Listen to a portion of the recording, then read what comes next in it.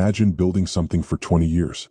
Imagine flying coach when your body was broken, playing through injuries in arenas so empty your sneakers echoed off the walls, cashing checks so small you needed a second job just to stay afloat. Imagine being an Olympic gold medalist, a champion, a legend in a sport that the world refused to watch. Now imagine watching someone walk through a door you held open and getting erased because of a spreadsheet. That's not a metaphor. That's what happened inside NBC's Manhattan headquarters in February 2025. And the way it went down? Cold, surgical, final. There was no debate, no emotional appeals, no tribute videos or retirement ceremonies, just executives staring at 2 columns of data, and the data made every decision for them before anyone finished their coffee. On one side, decades of sacrifice, championships, legacy. On the other side, one name, one 23-year-old rookie, one season of professional basketball. The executives looked at those numbers and they didn't blink. The old guard was out, and nobody even had to say it out loud. But here's where this story gets darker than anything the mainstream sports media will tell you. Because this wasn't some random corporate decision made in a vacuum. This was the final chapter of a war that WNBA veterans started themselves. A war they were never going to win. They saw Caitlin Clark coming. They felt the wave building for over a year. And instead of riding it, instead of welcoming the biggest thing to ever happen to their struggling league, they tried to drown her. Elbows, cheap shots, snide comments on podcasts, social media shade thrown so obviously that even casual fans who'd never watched a single WNBA game could see the venom dripping from every post. For nearly 2 years, some of the most respected names in women's basketball made it their mission to remind one player that she didn't belong, that this was their house, that fame didn't equal respect. And now those same players are watching Caitlin Clark sit courtside at NBA games, breaking down LeBron James plays on national television, building a brand so massive that NBC restructured their entire women's basketball coverage around her face. The revenge didn't come from Caitlin. She never fought back, never threw a punch, never said a word. The revenge came from the people who signed the checks. And those people just decided that the moment the old guard declared war on their own golden goose, they became dead weight. This isn't just basketball drama. This is one of the most brutal karma arcs in the history of professional sports. And the reason you haven't heard the full story is because nobody in mainstream media has the guts to connect all the dots. Until now. Because to understand how deep this goes, you have to go back to where it started.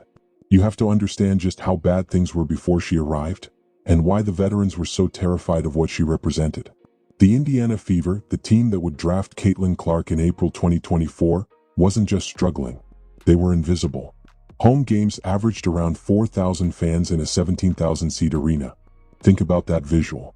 Think about walking into a building designed for a sold-out crowd and seeing rows upon rows of empty blue seats stretching into the shadows. The echoes, the silence, the embarrassment. Tickets weren't expensive. They were practically being given away at the door because nobody wanted them. Road teams weren't calling ahead to request bigger venues. Broadcasters weren't fighting for rights. Corporate sponsors weren't returning phone calls. The Fever had become a symbol of everything broken about women's professional basketball, not because of talent, but because of attention. The talent was always there. The eyeballs weren't.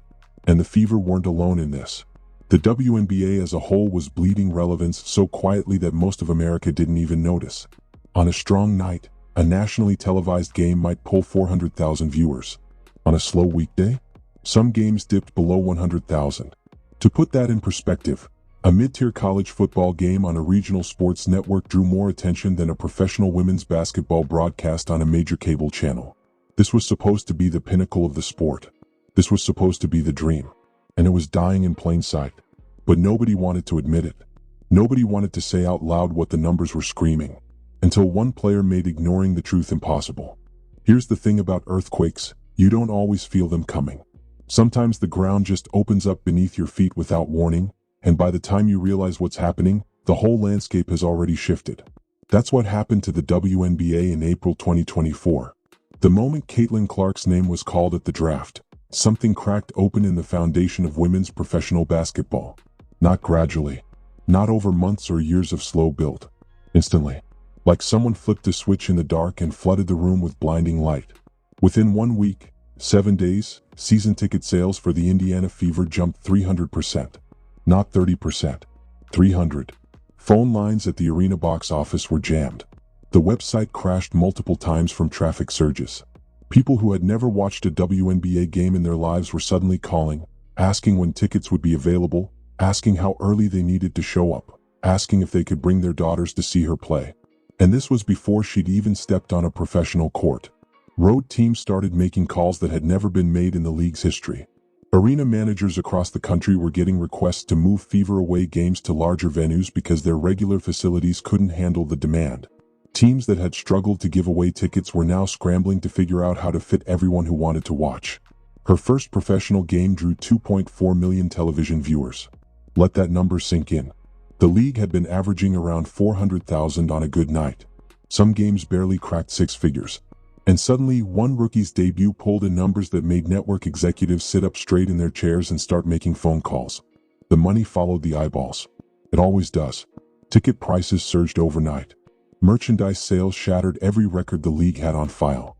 Corporate sponsors who had been lukewarm on women's basketball, companies that had treated WNBA partnerships like charity work rather than business investments, suddenly wanted meetings. They wanted visibility. They wanted their logos next to her face. Television networks that had treated WNBA broadcast rights like an obligation, like something you took because it was the right thing to do even though the numbers never made sense, were suddenly fighting for position. The math had changed. The product had changed. The opportunity had changed. Everything had changed. And here's where the story takes its first dark turn. Because while the league's business operations were exploding, while front offices were scrambling to capitalize on this unprecedented wave of attention, while executives were running projections that looked better than anything they'd seen in 2 decades, the players on the court were watching all of this happen with very different emotions. The veterans had spent years in the wilderness. They'd sacrificed their bodies, their prime earning years, their chances at stability, all to keep this league breathing when nobody was watching. They'd flown commercial while their joints ached. They'd played in arenas that felt more like high school gyms than professional venues. They turned down bigger paydays overseas because they believed in building something at home. And now, after all of that, a 22-year-old rookie was getting credit for saving what they had been holding together with duct tape and determination for 2 decades. It wasn't fair. At least, that's how some of them saw it. The resentment didn't announce itself with press conferences or official statements. It crept in through podcast interviews and social media posts, through loaded comments and conspicuous silences, through the tone veterans used when they talked about the new generation without ever saying Caitlin's name.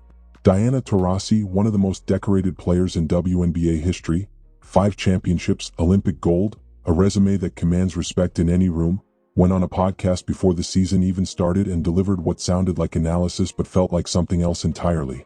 She talked about how Clark would struggle against professional defenders, how the college game was different, how fame doesn't automatically translate to success at the next level. On the surface, it was reasonable, measured, the kind of thing a veteran says when asked about any hyped rookie. But underneath, there was an edge, a warning shot fired across the bow, a reminder that this was their territory and the new arrival needed to understand the hierarchy. Other veterans followed her lead. They gave interviews where they pointedly avoided saying Caitlin's name, like speaking it aloud would give her more power than she deserved. They talked about respecting the game and understanding what the players before you went through and earning your place. All of it coded language. All of it pointed at the same target. And the message was clear. You might have the cameras. You might have the fans. You might have the money following you around like a shadow. But this is our house. And you're going to learn that the hard way. What nobody realized, what none of these veterans seemed to understand, was that the cameras they resented so much were about to capture everything that happened next. And the footage would be used against them in ways they never saw coming. The first elbow landed before most people even learned the rules of the game. Caitlin Clark's rookie season wasn't supposed to be a war. It was supposed to be a celebration, the arrival of the player who could finally push women's basketball into the mainstream spotlight it had been chasing for a quarter century. Instead, it became a hunting season. And Caitlin was the target. The verbal shots fired in podcasts and interviews during the off-season were just the opening salvo. Once the actual game started, the hostility stopped hiding behind coded language and polite analysis. It got physical, fast. Kennedy Carter's shoulder check became a national news story within hours of it happening. If you haven't seen the clip, go find it. Watch it with fresh eyes. Pay attention to the positioning, the timing, the deliberate way Carter's shoulder drove into Clark's chest away from any play on the ball. This wasn't a hard foul in the flow of competition. This wasn't the normal physicality that comes with professional sports. This was a message written in bruises. And the response from the sideline made sure nobody missed the point. Angel Reese, sitting on the bench, started clapping. Not subtly. Not with any attempt to hide what she was celebrating. She applauded the cheap shot like Carter had just hit a game-winning three-pointer. The cameras caught everything. The clip spread across social media within minutes. People who had never watched a WNBA game in their lives saw it and understood exactly what they were looking at. The mainstream sports shows picked it up. The Hot Take podcast dissected it. Comment sections exploded. And here's what the veterans didn't anticipate. The reaction wasn't what they expected. They thought the basketball world would see a rookie getting welcomed to the league the way rookies always have been. They thought people would nod along and say, "That's just how it is at the next level. She'll have to toughen up." Instead, casual fans saw bullying. They saw jealousy. They saw established players targeting someone for the crime of being popular. The narrative flipped overnight. Suddenly, the veterans weren't the scrappy underdogs who had kept the league alive. They were the villains trying to tear down the one person actually bringing attention to their sport. But did that change anything on the court? Did the message from the public register with the players throwing elbows and setting illegal screens? Not even a little bit. If anything, it got worse. The cheap shots multiplied. Flagrant fouls that referees seemed strangely reluctant to call. Hard screens thrown at Clark away from the ball, in spots where camera angles made them easy to miss unless you were specifically looking. Trash talk that crossed the line from competitive banter into something uglier, more personal, more pointed. One game, Clark took 3 hard fouls in a single quarter that would have been flagrants in any men's league. The officials swallowed their whistles. The announcers danced around what was happening. The league office stayed silent. And through all of it, Caitlin Clark kept playing. She didn't retaliate. She didn't complain to the refs more than any other player. She didn't go on podcasts afterward and call out her attackers by name. She didn't fire back on social media. She just kept showing up, taking the hits, and putting up numbers that made ignoring her impossible. Here's what made that so devastating for the veteran strategy. Every cheap shot, every dirty play, every celebration of her getting knocked down, it was all being documented. Every clip, every angle, every smirk on the sideline. The fans watching at home were building a case without even realizing it. They were bookmarking clips, sharing them with friends, creating compilation videos that racked up millions of views. Look what they're doing to her. Can you believe the refs aren't calling this? Why do they hate her so much? The questions kept multiplying. And the answers people were coming up with weren't flattering to the league's established stars. Meanwhile, the business side of the WNBA was experiencing something it had never experienced before. Actual leverage.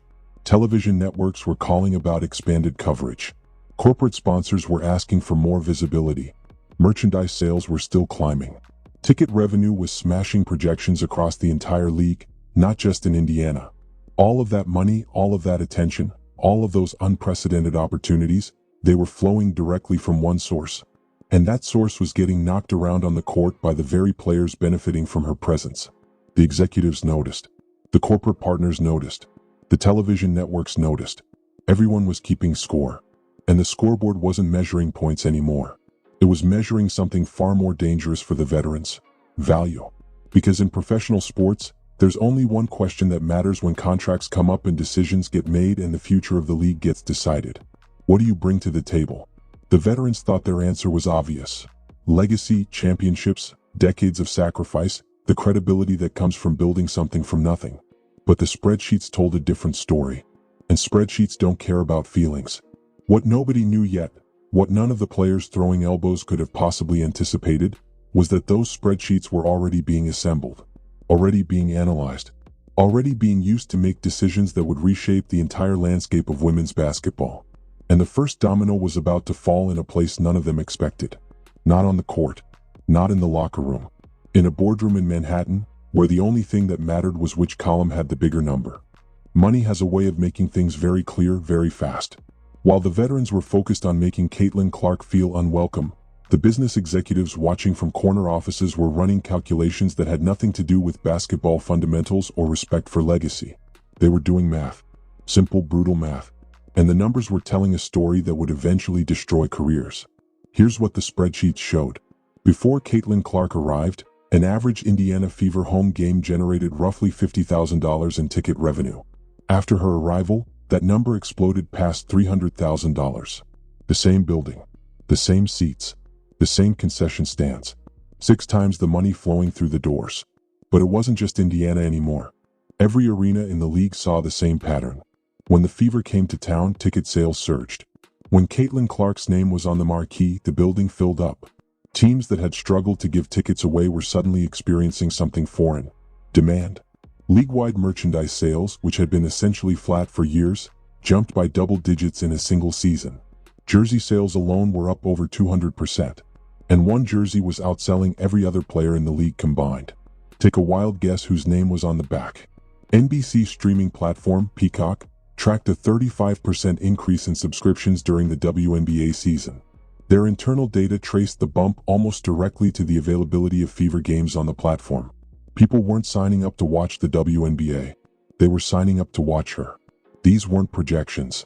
These weren't hopeful estimates from marketing departments trying to justify their budgets. These were real numbers from real businesses making real decisions based on real data. And those real numbers were creating a real problem.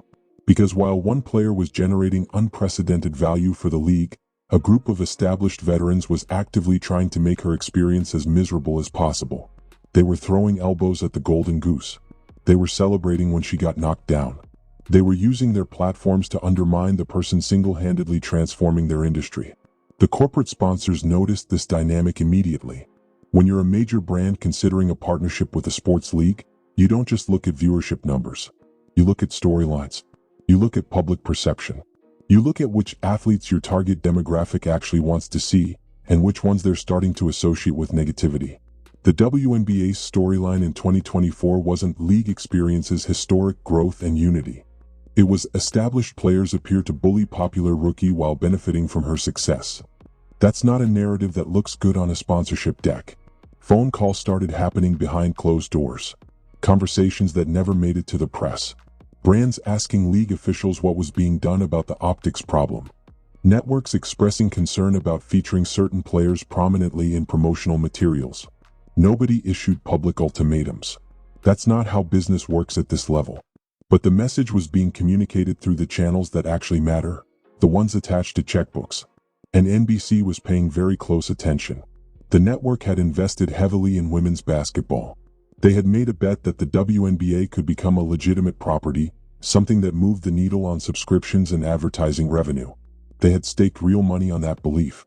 Now they were watching a faction of players actively undermine their investment. The executives at NBC weren't basketball historians. They didn't care about who had paid their dues or who deserved respect based on championships won in front of empty arenas. They cared about one thing: return on investment. And every clip of a veteran throwing an elbow, every celebration of a cheap shot, every podcast interview dripping with resentment toward the league's biggest draw, all of it was being filed away, cataloged, remembered. The veterans thought they were teaching a rookie a lesson about respecting the game. They were actually building a case for their own replacement. But here's what made this situation even more complicated, more layered, more explosive than a simple story of business-crushing sentiment. The backlash wasn't just coming from corporate boardrooms. It was coming from the fans, specifically from a fan base that the WNBA had never successfully captured before. A fan base that was now invested in Caitlin Clark's story, watching every game, buying merchandise, flooding social media with support. And that fan base was absolutely furious about what they were watching. The veterans had miscalculated badly. They had assumed that basketball fans would understand the culture, the hierarchy, the way rookies have always been treated by established players protecting their territory. What they didn't account for was that most of these new fans weren't lifelong basketball fans. They were Caitlin Clark fans. And they saw things very differently. The storm building on social media was about to collide with the storm building in corporate boardrooms. And when those two forces merged, the destruction would be unlike anything women's professional sports had ever witnessed. The veterans just didn't know it yet. They were still throwing elbows, still celebrating cheap shots, still giving interviews about respect and legacy and earning your place. They had no idea what was coming. Social media is an undefeated weapon. And the veterans had just handed their enemies unlimited ammunition. Every clip, every elbow, every smirk on the sideline, every podcast comment dripping with condescension. All of it was being archived, organized, and weaponized by an army of fans who had chosen their side. And they had not chosen the veterans. The hashtags started trending within weeks of the season beginning. Compilation videos racked up millions of views on platforms the WNBA had never successfully penetrated before. TikToks breaking down the dirty plays frame by frame were getting more engagement than the league's official content. The narrative crystallized into something simple and devastating. The old guard was jealous, bitter, and actively sabotaging the best thing that had ever happened to their sport. Was that the full story? Was it that simple? It didn't matter. Perception became reality, and the perception was brutal. Comment sections across every platform turned into war zones. Fans defending the veterans were outnumbered 10-1. Every argument about respecting the process, or that's just playoff basketball, got buried under an avalanche of clips showing behavior that looked nothing like normal competition. The veterans tried to push back. Some went on podcasts to explain their perspective, to talk about how physical the league has always been, to suggest that the media was manufacturing controversy for clicks. It backfired spectacularly. Every defense they offered became another clip, another soundbite, another piece of evidence that they didn't understand how badly they had miscalculated. The more they talked, the worse it got. Meanwhile, Caitlin Clark said almost nothing. She answered questions about the physical play with generic responses about competing at the highest level. She deflected opportunities to criticize specific players. She kept her head down, played through the contact, and let her performance speak for itself. And her silence was deafening. Because every time a reporter gave her an opening to fire back and she didn't take it, the contrast became more stark. Here was a young player being targeted, taking the high road, refusing to engage in the drama. And there were established veterans, champions, Olympic gold medalists, looking petty and threatened by comparison. The public relations battle wasn't close. It was a massacre. But social media outrage, no matter how intense, doesn't always translate to real-world consequences. People get mad online every day about things that never change. The veterans might have weathered the storm if the anger had stayed confined to Twitter threads and TikTok comments. It didn't stay confined. The anger jumped from social media into the real economy of professional basketball. And that's when things got serious. Sponsors started making quiet decisions. Nothing dramatic. Nothing public. Just subtle shifts in where they wanted their logos placed, which players they wanted featured in campaigns, which storylines they wanted to be associated with. A major athletic brand that had been in negotiations with multiple WNBA players suddenly went cold on several veterans who had been prominently featured in the anti-Clark narrative. Deals that had been close to signing mysteriously stalled. Return calls stopped coming. A sports drink company that had been exploring a league-wide partnership made it clear through back channels that they wanted their campaign focused on the new generation of players. The implication was obvious. The old guard wasn't part of that vision. Television producers started making different choices about whose faces appeared in promotional materials. Marketing decks for the upcoming season featured certain players less prominently than they had before. Interview requests that used to flow freely started drying up for some veterans while exploding for others. None of this was announced. None of it made headlines. But inside the industry, people talk. And the veterans were starting to hear things that made them nervous. The ground was shifting beneath their feet, and most of them didn't realize how fast it was moving. But here's what really accelerated everything. The ratings kept climbing. Every time there was a controversial moment, every flagrant foul, every heated exchange, every viral clip of someone targeting Clark, viewership spiked. People tuned in specifically to see what would happen next. The drama was driving engagement in ways that pure basketball never had. And the networks noticed something crucial. The engagement wasn't translating into affection for the players creating the controversy. It was translating into support for the player absorbing it. Caitlin Clark wasn't just surviving the attacks. She was becoming more popular because of them. Every elbow thrown her direction, every cheap shot celebrated on the sideline, every veteran quote dismissing her impact. It all fed the narrative of an underdog being unfairly targeted. She had become the sympathetic figure in a story playing out on national television. And the villains of that story were about to discover what happens when the audience turns against you and the people writing the checks start listening to that audience. The regular season ended with the Fever missing the playoffs, but nobody cared about the standings. The real game was happening somewhere else entirely. In boardrooms. In executive meetings. In conference calls where the future of the league was being quietly redesigned around one undeniable truth. The most valuable asset in women's basketball was being mistreated by people who had become liabilities. And NBC was about to make a decision that would send shockwaves through the entire sport. February 2025. Manhattan. NBC Universal Headquarters. The executives filing into the boardroom weren't there to discuss basketball philosophy or honor the history of women's sports. They were there because broadcast contracts were coming up for renewal, and someone had to make a decision about what the future of their WNBA coverage would look like. The presentation was already loaded on the screen when they walked in. 2 columns of data. Clean, simple, impossible to argue with. On the left side, legacy players, champions, Olympic gold medalists, women who had dedicated their lives to building professional women's basketball when nobody was watching. Their historical stats were impressive. Their resumes commanded respect. But underneath all of that history was a different set of numbers. Viewership data when they were featured prominently. Engagement metrics. Social media sentiment analysis. Sponsorship interest levels. The numbers weren't good. On the right side, Caitlin Clark. 1 season of professional basketball. 23 years old. Her column told a different story. Viewership when she played, up 300%. Merchandise sales, up 500%. Peacock subscriptions attributed to her games, thousands. Advertiser interest through the ceiling. Social media engagement, unlike anything the league had ever generated. And then the really damaging number, public favorability ratings. The veterans who had been most vocal in their criticism of Clark, who had been caught on camera celebrating cheap shots, who had given interviews questioning whether she deserved the attention, their favorability had cratered. Not among hardcore basketball purists, but among the general public. Among the exact demographic that NBC needed to reach to make their investment in women's basketball profitable. One executive asked the question that everyone was thinking.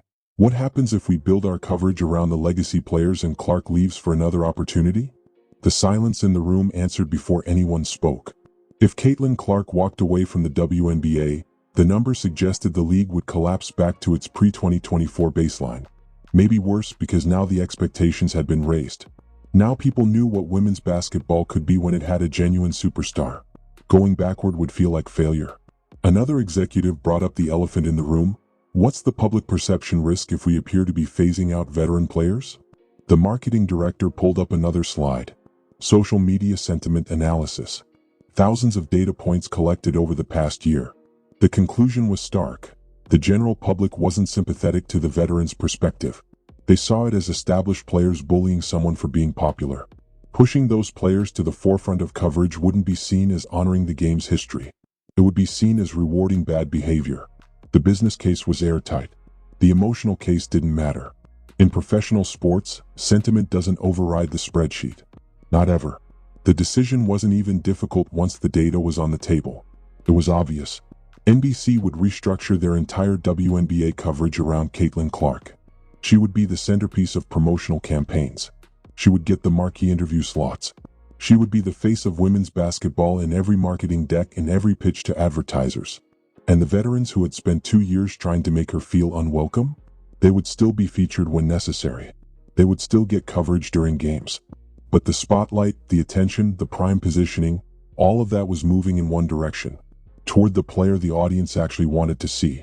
The meeting ended in less than an hour. No dramatic speeches. No emotional debates about legacy or respect or what the veterans deserved for their years of sacrifice. Just a decision made in the coldest, most business-minded way possible. And that decision was about to become public in the most brutal way imaginable. Within weeks, NBC announced their new studio show focused on basketball analysis. The concept was simple. Bring professional players in to break down NBA and WNBA games, provide insider perspective, create content that basketball fans would actually want to watch. The announcement came with a list of featured analysts. Caitlin Clark's name was at the top. She would be sitting courtside at NBA games, breaking down plays from LeBron James and Steph Curry, building her brand on national television in ways that would extend far beyond the WNBA season.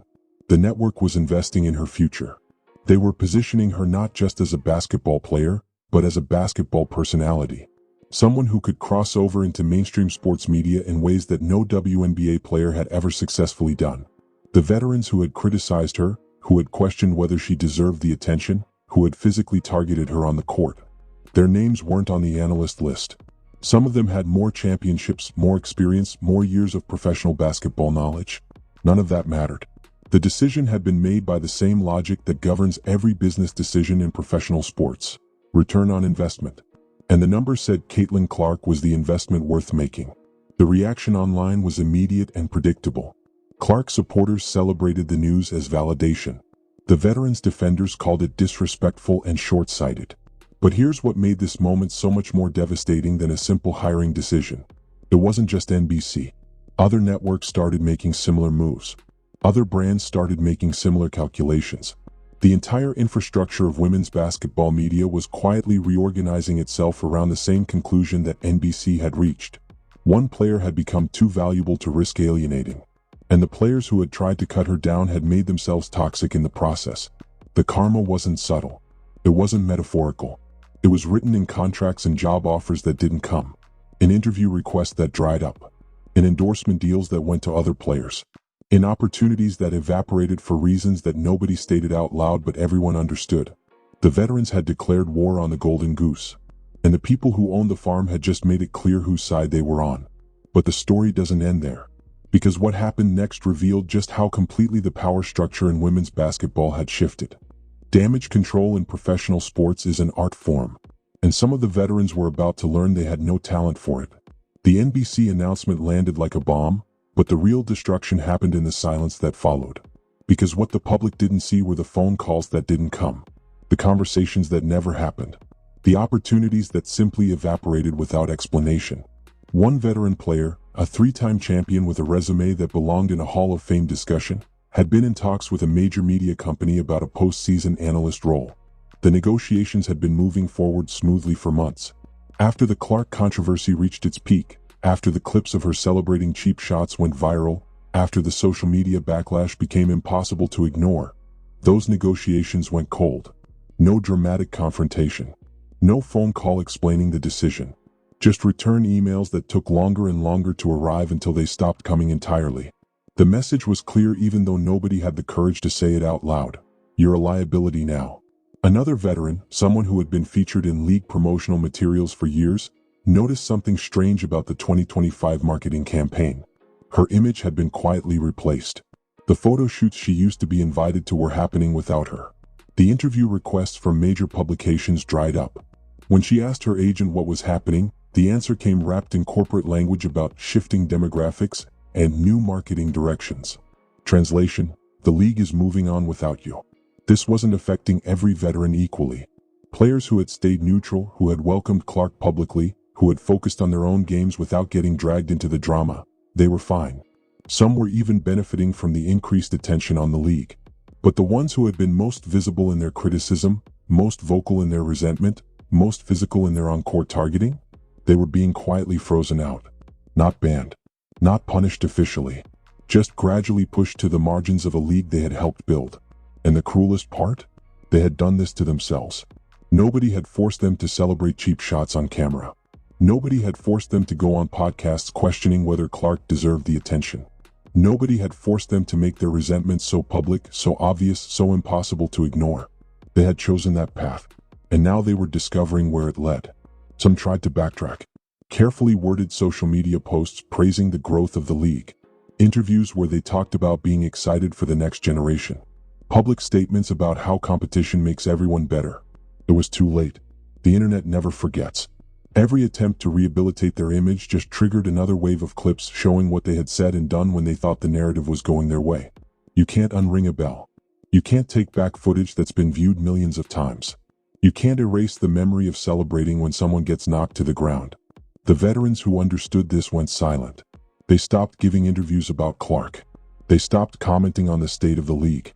They just played basketball and hoped the storm would eventually pass. The ones who didn't understand kept digging the hole deeper. One veteran went on a podcast in March 2025 and made the catastrophic mistake of suggesting that the league's growth wasn't actually because of Clark, that it was a natural evolution that would have happened anyway, that multiple factors were at play, that one player couldn't possibly deserve credit for something so complex. The backlash was instantaneous and merciless. The data was publicly available. Everyone could see the charts showing viewership before and after Clark's arrival. Everyone could compare ticket sales, merchandise numbers, sponsorship deals. The evidence wasn't ambiguous. Trying to downplay her impact didn't make the veteran look analytical. It made her look bitter and delusional. The clip went viral for all the wrong reasons. Sports commentators used it as an example of a player being unable to accept reality. Social media turned it into a meme. Even neutral observers who didn't care about the WNBA saw it and thought, wow, she really can't let this go, can she? Another endorsement deal quietly disappeared from that player's future. Meanwhile, Caitlin Clark was ascending to a level that was making the veteran's worst fears look quaint by comparison. She wasn't just succeeding in the WNBA. She was transcending it. The NBC analyst position gave her a platform that reached far beyond women's basketball. She was breaking down NBA games with the same basketball IQ that had made her unstoppable in college. She was sitting courtside with celebrities, getting quoted by mainstream sports journalists, building a brand that existed independently of the WNBA. Major companies that had never touched women's basketball were signing her to endorsement deals. Not WNBA-specific campaigns.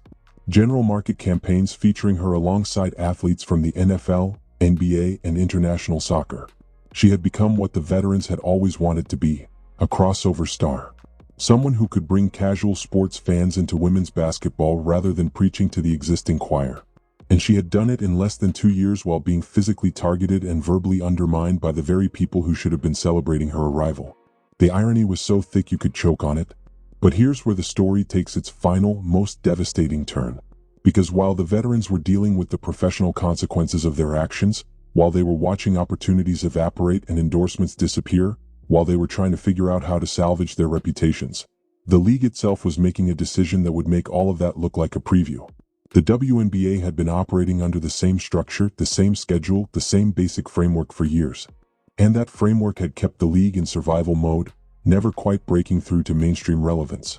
Now, with real money flowing in, with genuine corporate interest, with television networks actually fighting for broadcast rights, the league had leverage it had never possessed before. And they were about to use that leverage to completely restructure professional women's basketball. Around one player, one name. One 23-year-old who had spent 2 years getting elbowed in the ribs while the veterans tried to teach her a lesson about respect. The announcement was coming. And when it dropped, it would make everything that had happened up to this point look like a warm-up act. Damage control in professional sports is an art form, and some of the veterans were about to learn they had no talent for it. The NBC announcement landed like a bomb, but the real destruction happened in the silence that followed. Because what the public didn't see were the phone calls that didn't come, the conversations that never happened, the opportunities that simply evaporated without explanation. One veteran player, a 3-time champion with a resume that belonged in a Hall of Fame discussion, had been in talks with a major media company about a postseason analyst role. The negotiations had been moving forward smoothly for months. After the Clark controversy reached its peak, after the clips of her celebrating cheap shots went viral, after the social media backlash became impossible to ignore, those negotiations went cold. No dramatic confrontation. No phone call explaining the decision. Just return emails that took longer and longer to arrive until they stopped coming entirely. The message was clear even though nobody had the courage to say it out loud. You're a liability now. Another veteran, someone who had been featured in league promotional materials for years, noticed something strange about the 2025 marketing campaign. Her image had been quietly replaced. The photo shoots she used to be invited to were happening without her. The interview requests from major publications dried up. When she asked her agent what was happening, the answer came wrapped in corporate language about shifting demographics and new marketing directions. Translation: the league is moving on without you. This wasn't affecting every veteran equally. Players who had stayed neutral, who had welcomed Clark publicly, who had focused on their own games without getting dragged into the drama, they were fine. Some were even benefiting from the increased attention on the league. But the ones who had been most visible in their criticism, most vocal in their resentment, most physical in their on-court targeting, they were being quietly frozen out. Not banned. Not punished officially. Just gradually pushed to the margins of a league they had helped build. And the cruelest part? They had done this to themselves. Nobody had forced them to celebrate cheap shots on camera. Nobody had forced them to go on podcasts questioning whether Clark deserved the attention. Nobody had forced them to make their resentment so public, so obvious, so impossible to ignore. They had chosen that path. And now they were discovering where it led. Some tried to backtrack. Carefully worded social media posts praising the growth of the league. Interviews where they talked about being excited for the next generation. Public statements about how competition makes everyone better. It was too late. The internet never forgets. Every attempt to rehabilitate their image just triggered another wave of clips showing what they had said and done when they thought the narrative was going their way. You can't unring a bell. You can't take back footage that's been viewed millions of times. You can't erase the memory of celebrating when someone gets knocked to the ground. The veterans who understood this went silent. They stopped giving interviews about Clark. They stopped commenting on the state of the league. They just played basketball and hoped the storm would eventually pass. The ones who didn't understand kept digging the hole deeper. One veteran went on a podcast in March 2025 and made the catastrophic mistake of suggesting that the league's growth wasn't actually because of Clark, that it was a natural evolution that would have happened anyway, that multiple factors were at play, that one player couldn't possibly deserve credit for something so complex. The backlash was instantaneous and merciless. The data was publicly available. Everyone could see the charts showing viewership before and after Clark's arrival. Everyone could compare ticket sales, merchandise numbers, sponsorship deals. The evidence wasn't ambiguous. Trying to downplay her impact didn't make the veteran look analytical. It made her look bitter and delusional. The clip went viral for all the wrong reasons. Sports commentators used it as an example of a player being unable to accept reality. Social media turned it into a meme. Even neutral observers who didn't care about the WNBA saw it and thought, wow, she really can't let this go, can she? Another endorsement deal quietly disappeared from that player's future. Meanwhile, Caitlin Clark was ascending to a level that was making the veteran's worst fears look quaint by comparison. She wasn't just succeeding in the WNBA. She was transcending it. The NBC analyst position gave her a platform that reached far beyond women's basketball. She was breaking down NBA games with the same basketball IQ that had made her unstoppable in college.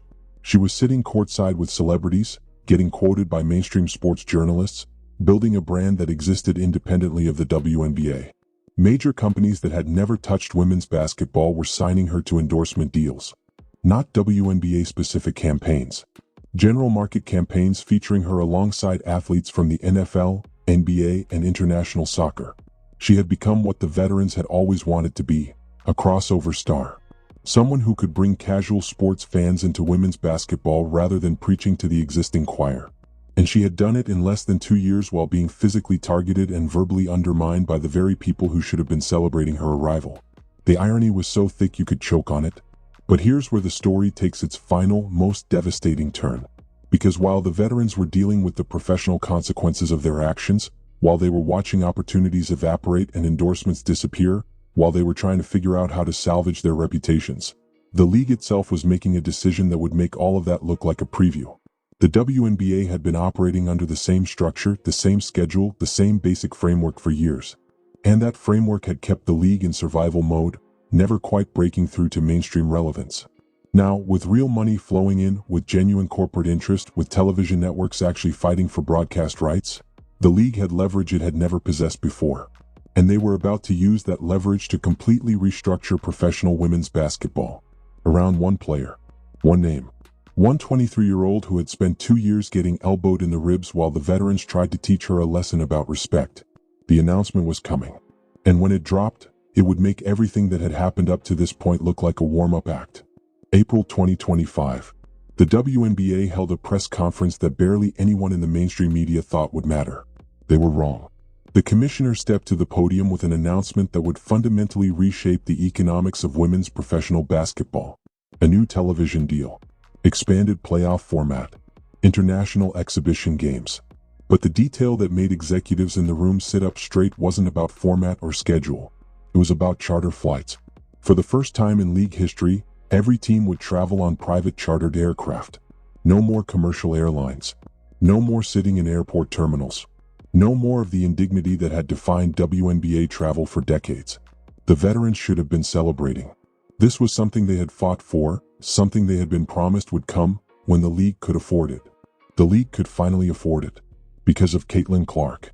The television deal that made charter flights financially viable had been negotiated with one non-negotiable demand from the networks.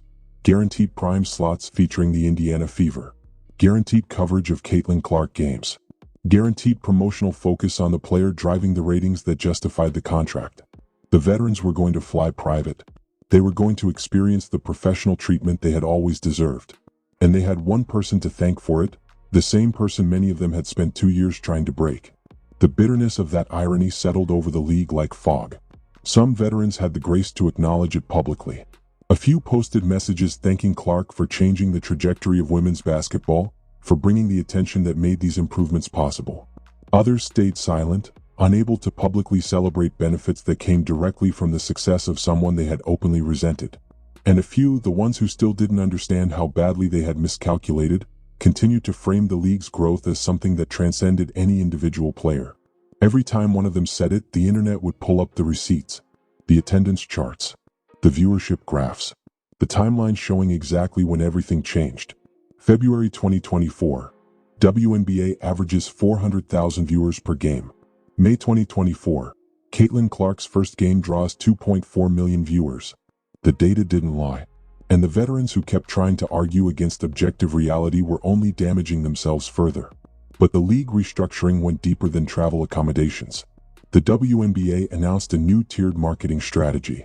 Teams would receive different levels of promotional support based on their market performance and growth metrics. In plain language, teams that drew crowds and television viewers would get more resources. Teams that didn't would get less. And which team had experienced the most dramatic market growth in league history? The Indiana Fever. By a margin so wide it wasn't even close. The league was essentially creating a system where resources flowed toward Caitlin Clark, where her success would be amplified by institutional support that other players would never receive at the same level. The veterans watched this happen in real time and understood exactly what it meant. The league they had built, the league they had sacrificed for, the league they had kept breathing through years of indifference, that league was being redesigned around someone else's gravity. And there was nothing they could do about it, because the business case was airtight. You invest resources where they generate the highest return. That's not personal. That's not disrespectful to legacy. That's just math. The veterans who had hoped this moment would pass, who had thought the Clark phenomenon was temporary, who had believed the league would eventually return to normal, they were watching those hopes disintegrate. This wasn't temporary. This was permanent. The entire infrastructure of women's professional basketball had shifted. The center of gravity had moved, and it wasn't moving back. Some veterans began making quiet decisions about their futures. Retirement announcements came earlier than expected. Players who might have hung on for another season decided to walk away while they still had some control over their narratives. Others doubled down on their international opportunities, spending more time in overseas leagues where the dynamics were different, where they could be featured stars without living in someone else's shadow. And a few began the painful process of accepting that their role in the story had changed. They were no longer the protagonists. They were supporting characters in someone else's narrative. Their job now was to add credibility, provide context, serve as the bridge between generations. That's a hard pill to swallow when you've been a champion, when you've carried a league on your back, when you've sacrificed years of your prime for something that only succeeded when someone else showed up. But professional sports don't care about your feelings.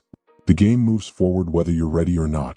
And the game had moved decisively past the veterans who tried to stop its biggest star. What they didn't know yet, what none of them could have anticipated, was that the final blow was still coming.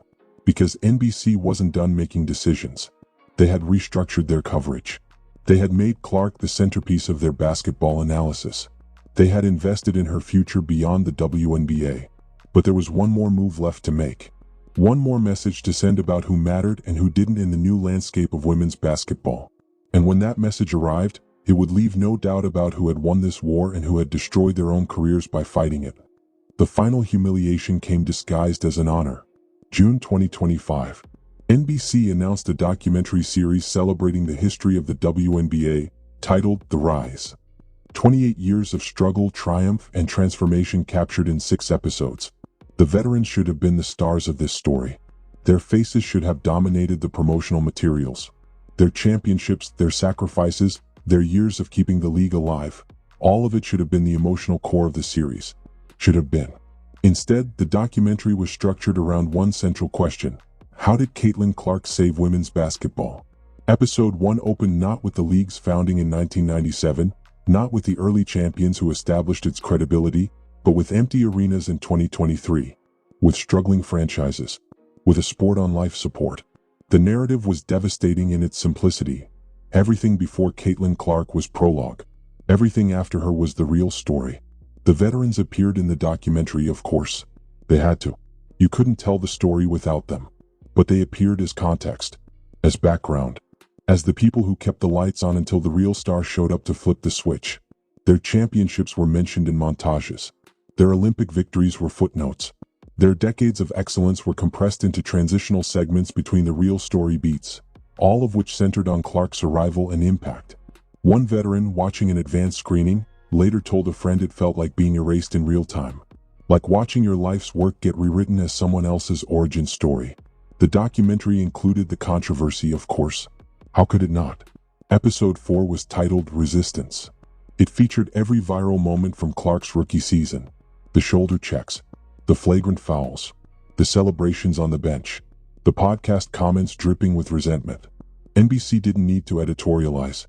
They just showed the footage and let viewers draw their own conclusions. The juxtaposition was brutal. Here were established players, champions, gold medalists, physically targeting a rookie who was single-handedly transforming their sport. The documentary didn't call them villains. It didn't need to. The footage did that work on its own. And then came the data visualization. Animated charts showing attendance before and after Clark. Viewership numbers rising like a rocket the moment she arrived. Merchandise sales exploding. Sponsorship dollars flooding in. The message was impossible to miss. The veterans fought the person saving their league. Some veterans tried to refuse participation in the documentary when they learned about its framing. But that just made things worse. Their absence became part of the story. Declined to be interviewed, appeared under their names whenever they were mentioned. It looked like guilt.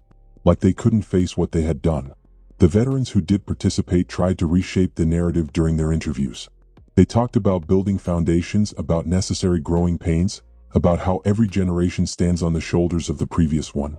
But their comments were edited into segments that felt defensive. Their attempts to claim credit for the league's growth were immediately followed by data showing the explosive changes that came only after Clark's arrival. The documentary premiered to the largest audience ever for a WNBA-related program. 3 million viewers watched the first episode. The number would have been considered impossible just 2 years earlier. Now it felt inevitable. The reviews were glowing. Critics praised it as an honest look at how one player transformed a struggling league. Sports journalists called it essential viewing for understanding the business of professional athletics. And the veterans had to watch their own erasure get celebrated as brave storytelling. The documentary's success led to more programming decisions.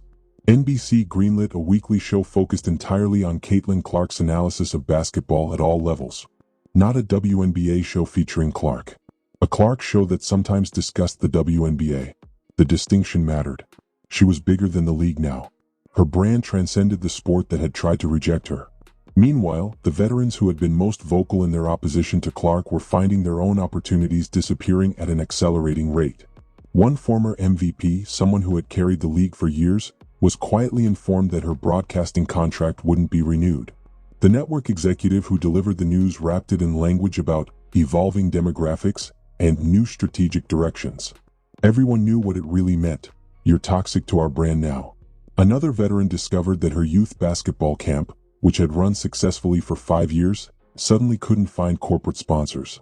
Companies that had supported her in the past were mysteriously unavailable. Their marketing budgets had been reallocated to different initiatives. Those initiatives all seemed to involve players who hadn't been caught on camera celebrating cheap shots against the league's biggest star. The basketball establishment tried to maintain some pretense of balance. The Hall of Fame still honored past players. Jersey retirements still happened. Statistical achievements were still recognized. But all of it felt hollow now. Like museums displaying artifacts from a civilization nobody remembered. Because the present and future of women's basketball had moved on. The conversation had shifted. The money had followed. And the players who had tried to guard the gates had discovered that the walls had already fallen. Some veterans began speaking privately about forming their own league. Something that would honor the real game, the pure competition, without all the hype and marketing and mainstream attention. It was a fantasy and everyone knew it. Who would fund it? Who would watch it? Who would broadcast games that couldn't draw viewers even with Caitlin Clark's gravity pulling eyeballs toward the sport? The idea died in group texts and private conversations, buried under the weight of its own impossibility. The 2025 WNBA season was approaching. Caitlin Clark had added new dimensions to her game. Her team had retooled their roster around her strengths. The league had scheduled them for more nationally televised games than any team in history. And the veterans who had spent so much energy trying to humble her? They were preparing for seasons where they would be footnotes in someone else's story. Supporting actors in a drama they no longer controlled. Historical figures in a sport that had moved beyond them. But the absolute final blow, the moment that would crystallize everything, was still coming. Because what happened at the 2025 season opener would become the perfect symbol of how completely the power had shifted, how thoroughly the veterans had lost, and how permanent their fall from relevance had become. May 14, 2025. Opening night of the WNBA season. Madison Square Garden. The league had made a decision that would have been unthinkable 2 years earlier. Move the season opener from a traditional WNBA venue to the most famous arena in basketball. The Garden. The Mecca. The stage where legends are made. 20,000 seats. National television. Prime time slot. And it was sold out 3 weeks in advance. The matchup wasn't between traditional rivals. It wasn't between the previous season's finalists. It was specifically designed to showcase one thing: Caitlin Clark returning to the court that had tried to break her. But here's what made this night different from every other comeback story in sports history. The veterans who had targeted her weren't positioned as the villains coming for revenge. They weren't even positioned as relevant obstacles to overcome. They were ghosts, barely mentioned in the pregame coverage. Footnotes in their own sport's biggest moment. The broadcast opened with a 10-minute feature on Clark's off-season training, her work with NBA consultants, her shooting sessions with Steph Curry, her basketball IQ sessions with Chris Paul. Not a single mention of the previous season's controversy. Not one reference to the players who had tried to derail her career. They had been erased from the narrative entirely. When the camera panned across the opposing team during warm-ups, several veterans who had been central to the anti-Clark movement were on the bench. Not injured. Not resting. Just benched. Their coaches had made business decisions. You don't put players on the court who generate negative reactions from a sold-out Madison Square Garden crowd. You don't feature athletes who had become symbols of resentment and jealousy in the sport's biggest showcase. You hide them. You minimize their minutes. You protect your franchise's brand. The veterans sat there in designer warm-ups, watching someone else live their dream on the stage they had helped build but would never truly own. The crowd wasn't just pro-Clark. It was something beyond that. Every time she touched the ball, the Garden erupted. Every shot attempt drew collective breath. Every made basket triggered reactions usually reserved for NBA playoff moments. 20,000 people had paid premium prices to watch one player, and everyone in the building knew it. NBC's production team had made a revealing choice. They installed a Clark Cam, a dedicated camera that followed her even when she didn't have the ball. Fans could stream her isolated footage on their phones while watching the main broadcast. No other player in WNBA history had received that treatment. No other player ever would. Halftime featured something unprecedented. A live interview with Adam Silver, the NBA commissioner, discussing the possibility of joint NBA-WNBA events featuring Clark as a marquee attraction. The NBA commissioner, at a WNBA game, talking about building future programming around one second-year player. The veterans watching from the bench understood what that meant. The wall between the NBA and WNBA, the wall that had kept women's basketball in a smaller box for decades, was coming down. But only for her. The fourth quarter brought the moment that would become the defining image of this entire saga. With 2 minutes left, Clark hit a three-pointer that effectively sealed the game. As she ran back on defense, the camera caught her making eye contact with one of the veterans who had been most vocal in criticizing her. A player who was sitting at the end of the bench in street clothes, not even dressed for the game. Clark didn't smile, didn't gesture, didn't acknowledge the history between them. She just looked through her, like she was staring at an empty seat. The veteran looked away first. That image, Clark running past while a former MVP sat powerless on the sideline, became the photo that every sports outlet used to recap the game. The headline on ESPN's website the next morning: "The future runs past the past." The post-game press conference was supposed to feature both coaches and key players from both teams. But when Clark walked into the room, every question was directed at her. The other players might as well have been invisible. One reporter asked about her growth from her rookie season to now. Clark's response was perfect in its diplomacy and devastating in its implication. "I've learned that the best response to criticism is success. The best answer to doubts is performance. I don't need to say anything. The game speaks for itself." She never mentioned the veterans by name. She never referenced the cheap shots or the resentment or the attempts to break her spirit.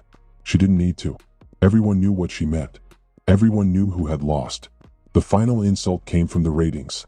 That opening night game drew 4.7 million viewers. It beat several NBA games in the same time slot. It tripled the previous WNBA viewership record. And NBC immediately announced they were restructuring their entire summer sports schedule to feature more Indiana Fever games and premium slots. The decision was purely numbers-driven. No sentiment. No consideration for competitive balance or fair exposure for all teams. Just one simple question. What makes us the most money? The answer was Caitlin Clark. Only Caitlin Clark. Always Caitlin Clark. The veterans who had started this war thinking they were protecting their legacy, defending their territory, teaching a rookie about respect. They had achieved the opposite of everything they intended. Instead of humbling her, they had elevated her to martyr status. Instead of protecting their position, they had made themselves villains. Instead of maintaining control of their league, they had handed it over to someone they tried to break. And now they had to live with the consequences. Some would finish out their careers in obscurity, playing in front of crowds that only showed up when Clark was in town. Some would retire early, unable to stomach being supporting characters in someone else's story. Some would try to rehabilitate their images through charity work and carefully managed public relations, hoping time would soften the memory of what they had done. None of it would matter, because the footage lived forever. The clips of them celebrating cheap shots, the podcast dismissing her impact, the social media posts dripping with barely concealed jealousy. The internet never forgets, and neither does the money. In professional sports, you're either an asset or a liability. You either generate value or you consume it. You either draw eyeballs or you don't. The veterans had made themselves liabilities the moment they declared war on the biggest asset their league had ever seen. And in the end, the spreadsheets did what spreadsheets always do. They told the truth. Cold, brutal, and final. Caitlin Clark was worth more than all of them combined. And everyone who mattered, the executives, the sponsors, the networks, the league itself, had chosen accordingly. The veterans didn't lose to Caitlin Clark. They lost to math. And math is undefeated. The transformation was complete. The power had shifted. The future had arrived. And the past? The past was sitting on the bench in street clothes, watching someone else own the stage they thought belonged to them, learning the hardest lesson professional sports can teach.